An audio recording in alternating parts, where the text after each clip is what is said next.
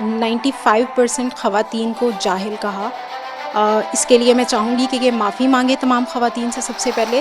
السلام علیکم پیارے دوستو، طاغوت کیا ہے؟ ہم میں سے بہت سے لوگوں نے یہ لفظ پہلی بار سنا ہوگا، وہ بھی اس ویڈیو کے وائرل ہونے پر، جو آج سوشل میڈیا کی زینت بن چکا ہے۔ آج آپ کو طاغوت کا پتہ چلے جو اسلام کا سب سے بڑا گناہ ہے۔ اسلام میں سن بیٹا بات سن، یہ یہاں پہ ٹاپک خواتین کے حقوق کا تھا، اسلام میں گناہوں کا نہیں تھا۔ وہ بتاتا ہوں نا۔ طاغوت لفظ کتنا خطرناک ہے، ہم اس بارے میں بات کرتے ہیں، اور آپ کو یہ بھی بتاتی ہوں کہ قرآن پاک طاغوت کے بارے میں کیا کہتا ہے۔ پیارے دوستو، ہماری نوجوان نسل چاہتے یا نہ چاہتے ہوئے گمراہی کی طرف جا رہی ہے، کیونکہ یہ فتنوں کا دور ہے اور ہم مسلمانوں کی دین سے دوری ہے۔ اس پروگرام میں ساحل ادیم اور خلیل الرحمان بطور مہمان شامل تھے، اور ساحل ادیم مسلمان مردوں اور عورتوں کی لاشعوری اور دین سے دوری کی بات کر رہے تھے، لیکن انہوں نے 95% عورتوں کو جاہل قرار دے دیا، جس پر ایک خاتون بول اٹھی کہ آپ معافی مانگیں۔ کہ آپ 95% خواتین کو جاہل کہہ رہے ہیں، تو مجھے بتائیں کہ خواتین کو جاہل کس نے رکھا ہوا ہے اس میل ڈومینیٹڈ سوسائٹی میں؟ آپ نے 95% خواتین کو جاہل کیوں کہا؟ Doctors, engineers, scholars, pilots, teachers, غرض ہر شعبے سے خواتین وابستہ ہیں۔ آپ نے سب کو ہی جاہل قرار دے دیا۔ آپ لا علمی کو جاہلیت کا نام نہیں دے سکتے، آپ معافی مانگیں۔ اس پر ساحل ادیم نے لڑکی سے کہا کہ کیا آپ کو طاغوت کا مطلب پتہ ہے؟ لڑکی کہتی نہیں۔ تو اس پر ساحل ادیم نے پھر سے کہا کہ مسلمان ہو کر آپ کو نہیں پتہ تو آپ جاہل ہیں۔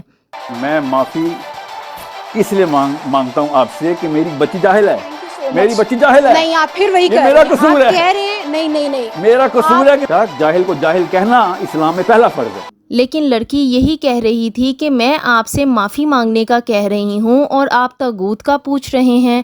یہ بحث جاری تھی کہ خلیل الرحمان قمر نے غصے میں لڑکی سے مائک واپس لینے کا کہا۔ پیارے دوستو، اب سوال یہ ہے کہ طاغوت لفظ آخر ہے کیا؟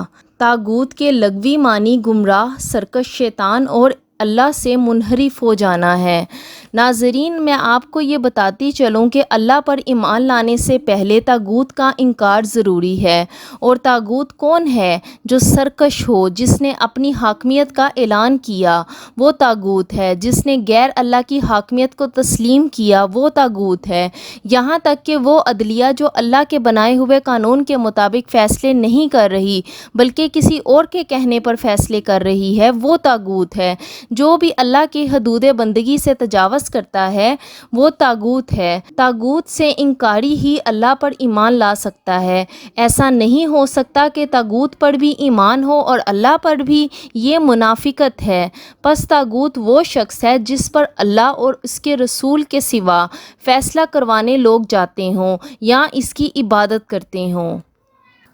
پیارے دوستو، طاغوت کے بارے میں قرآن پاک کیا کہتا ہے؟ سورۃ البقرہ آیت نمبر 256 میں ہے، دین کے معاملے میں کوئی زبردستی نہیں ہے، ہدایت کا راستہ گمراہی سے ممتاز ہو کر واضح ہو چکا۔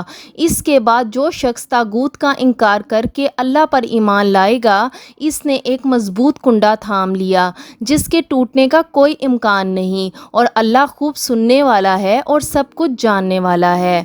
ایک اور جگہ سورۃ النساء میں آیت 60 میں ہے، وہ چاہتے ہیں کہ اپنا فیصلہ شیطان سے کرائیں، حالانکہ انہیں حکم دیا گیا ہے کہ اسے نہ مانیں، اور شیطان تو یہ چاہتا ہے کہ اس کو بہکا کر راستے سے دور ڈال دے۔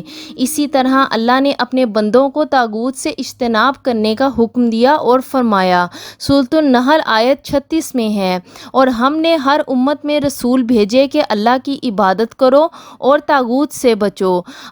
اللہ تعالیٰ سورۃ الزمر 39 آیت 9 میں فرماتا ہے کہ اے محمد صلی اللہ علیہ وآلہ وسلم، کہہ دیجئے کہ جاننے والا اور نہ جاننے والے برابر نہیں۔